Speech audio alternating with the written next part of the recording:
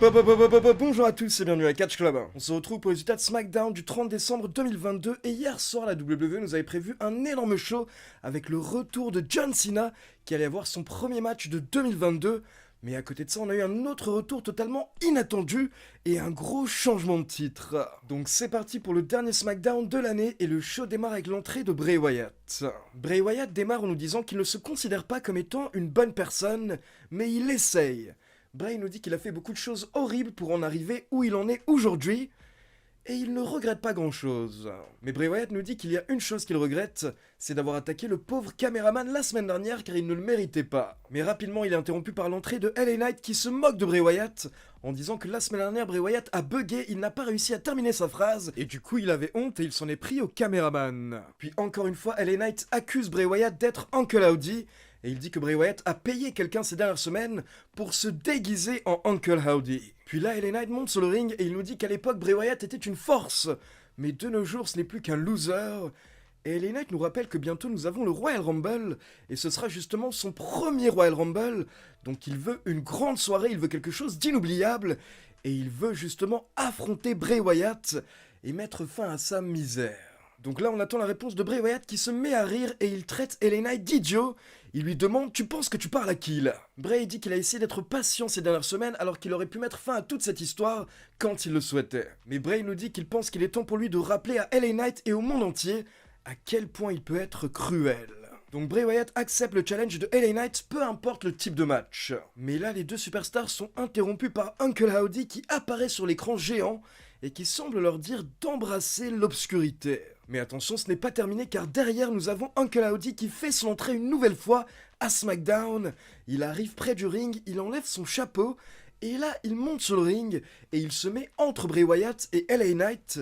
Il observe les deux superstars puis au final il choisit son côté et il se range du côté de Bray Wyatt. Donc on pense que Uncle Howdy est avec Bray, mais là d'un coup il se retourne vers lui, il le chope et il lui porte le Sister Abigail. Et donc là encore une fois LA Knight est totalement sous le choc, donc il sort du ring, il prend la fuite. Et pendant ce temps on a Uncle Howdy qui sort tranquillement, il prend son chapeau, il le met et il s'en va. Et pour info, quand Uncle Howdy a fait son entrée, la WWE a laissé l'arène dans le noir avec quelques petites flashs qui venaient des deux côtés. Et justement, quelques instants plus tard, la WWE confirme qu'au Royal Rumble, on aura Bray Wyatt contre LA Knight dans un Pitch Black match. Et donc pour info, Pitch Black ça veut dire dans le noir complet. Donc apparemment on va avoir un match entre LA Knight et Bray Wyatt, mais où les lumières seront éteintes. Donc ça va être tout noir. Ensuite, on passe en coulisses, on retrouve un Sami Zayn qui a l'air très heureux et il veut se rendre dans le vestiaire de Roman Reigns, mais là il se fait arrêter par Paul Heyman. Et là on a Paul Heyman qui complimente Sami Zayn en disant que Roman Reigns a adoré son speech la semaine dernière et la passion qu'il a vue dans Sami Zayn. Mais par contre il donne un petit conseil à Sami Zayn et il dit que la semaine dernière quand Roman Reigns était dans le ring, ce n'était pas forcément une bonne scène que d'avoir tout le public qui scandait Sami pendant ce temps. Et donc là directement on voit Sami Zayn qui s'inquiète et il demande à Paul Heyman si Roman Reigns lui a dit quelque chose. Mais Paul Heyman répond que non, Roman Reigns ne m'a rien dit. Mais est-ce qu'il avait vraiment besoin de me dire quelque chose? Puis Paul Heyman termine en disant à Sami Zayn que sur l'île de Roman Reigns, le chef tribal a toujours 3 coups d'avance. Donc là on voit que ça fait réfléchir Sami Zayn, mais Zayn et Paul Heyman continuent à rire et sourire, et Paul Heyman laisse entrer Sami Zayn dans le vestiaire. Donc là quelques instants plus tard, on a un autre segment avec toute la Bloodline. Et encore une fois on a Roman Reigns qui complimente Sami Zayn en disant qu'il a adoré son speech la semaine dernière. Et donc là Sami Zayn intervient et il demande à Roman Reigns s'il a un problème avec le fait que le public scande Sami. Et donc là on peut voir que Roman Reigns devient très sérieux, et à côté de lui on a Paul Heyman et les Usos qui ont l'air un petit peu inquiets de la question que vient de poser Sami Zayn. Donc Roman Reigns réfléchit, il a l'air de s'énerver, mais d'un coup il sourit et il dit que non, il n'y a aucun souci avec Sami Zayn.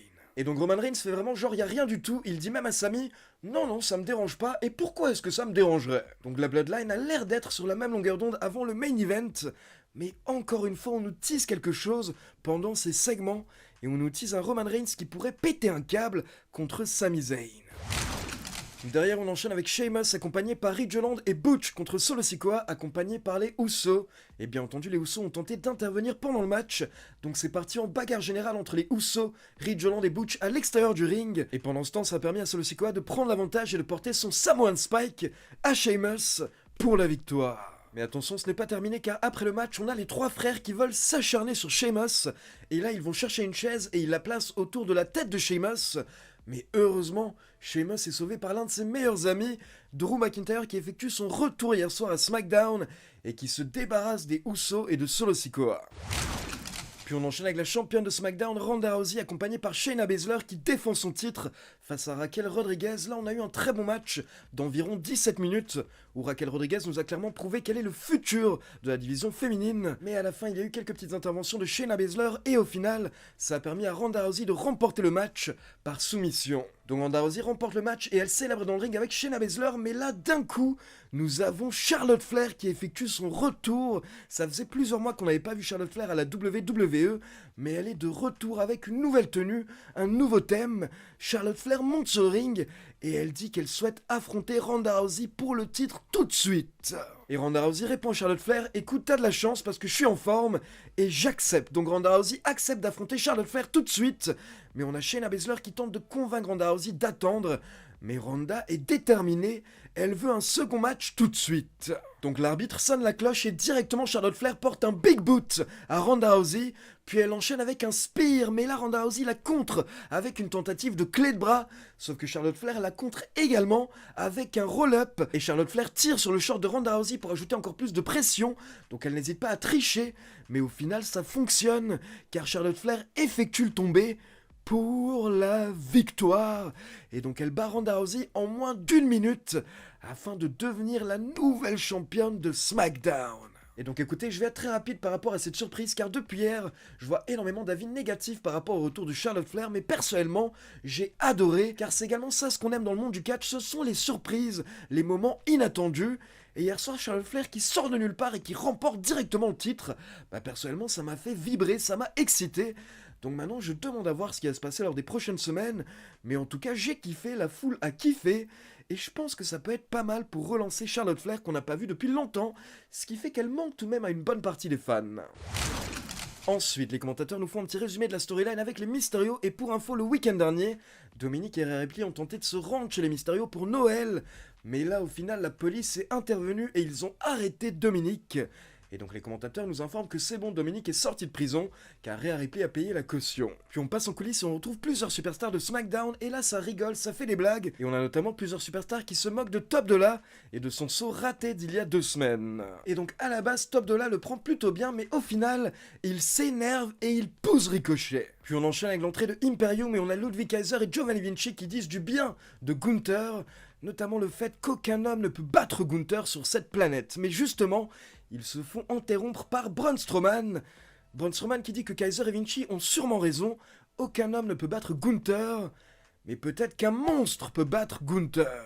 Et donc rapidement ça part en bagarre générale et au départ Braun Strowman a l'avantage, mais derrière Imperium reprennent l'avantage à 3 contre 1, et là ils s'acharnent sur Braun Strowman avec des coups de chaise, puis on a Gunther qui lui porte une sorte de clé de bras. Mais finalement nous avons Ricochet qui fait son entrée pour sauver Braun Strowman, et attention au passage, si vous regardez bien le segment vous voyez que Ricochet a une chaise, et à la fin il tente de porter un coup de chaise sur Gunther, et en fait Ricochet voulait éviter Gunther mais sans le faire exprès, il l'a tapé directement sur la tête, et du coup pour info il faut savoir que Gunther a été ouvert à la tête, il saignait après le segment, mais apparemment d'après les médias américains tout va bien et ce n'est pas une blessure grave. Puis on enchaîne avec le main event, donc Roman Reigns et Sami Zayn accompagnés par la Bloodline contre Kevin Owens et John Cena qui fait son entrée dans l'arène, et directement hier soir, SmackDown a explosé pour John Cena. Et ce qui était très bien joué pendant le main event, c'est qu'au début, à chaque fois que Kevin Owens voulait effectuer le relais avec John Cena, et bien d'une manière ou d'une autre, la Bloodline empêchait Kevin Owens, donc on a dû attendre avant le hot tag, mais au final, John Cena est rentré dans le ring, et là, il a commencé à démolir tout le monde, que ce soit Sami Zayn ou Roman Reigns. Donc à la fin, on a eu du classique, on a John Cena qui a porté toutes ses prises habituelles, et donc il a terminé avec un Attitude Adjustment sur Roman Reigns, qui du coup est sorti du ring. Et derrière, on a Kevin Owens qui a terminé le travail en portant un stunner sur Sami Zayn pour la victoire. Donc grosse victoire des Faces pour ce dernier SmackDown de l'année, et c'était super cool de voir John Cena qui a expliqué que c'était également très important pour lui, car du coup c'est la 20e année de suite où il a au moins un match par an à la WWE. Depuis 2002, John Cena a catché tous les ans au sein de la fédération, et il ne voulait surtout pas briser cette streak. Donc ça a fait un très beau moment pour John Cena et pour Kevin Owens, Et à côté de ça, c'est un autre match qui permet d'installer le doute, on va dire, au sein de la Bloodline, car forcément, à la fin, vous pouvez voir Roman Reigns à terre qui n'est pas content, et Sami Zayn également un petit peu inquiet auprès du chef tribal. Donc est-ce que c'est un signe, et est-ce que l'année 2023 va être l'année de la chute pour la Bloodline? C'est la question qu'on se pose, mais en tout cas, cette storyline reste méga intéressante, et on a hâte de voir ce qui va se passer avec le chef tribal et Sami Zayn. Donc voilà, c'est tout pour les résultats de ce dernier SmackDown de 2022, et maintenant, comme d'habitude, c'est à vous. N'hésitez pas à me laisser vos avis dans les commentaires, et comme d'habitude, n'oubliez pas de liker la vidéo, de vous abonner à la chaîne et de cliquer sur la petite cloche pour être informé de la sortie des prochaines vidéos. On se retrouve l'année prochaine, et encore une fois, merci à tous ceux qui étaient avec Catch Club en 2022, je compte sur vous l'année prochaine. Ciao tout le monde.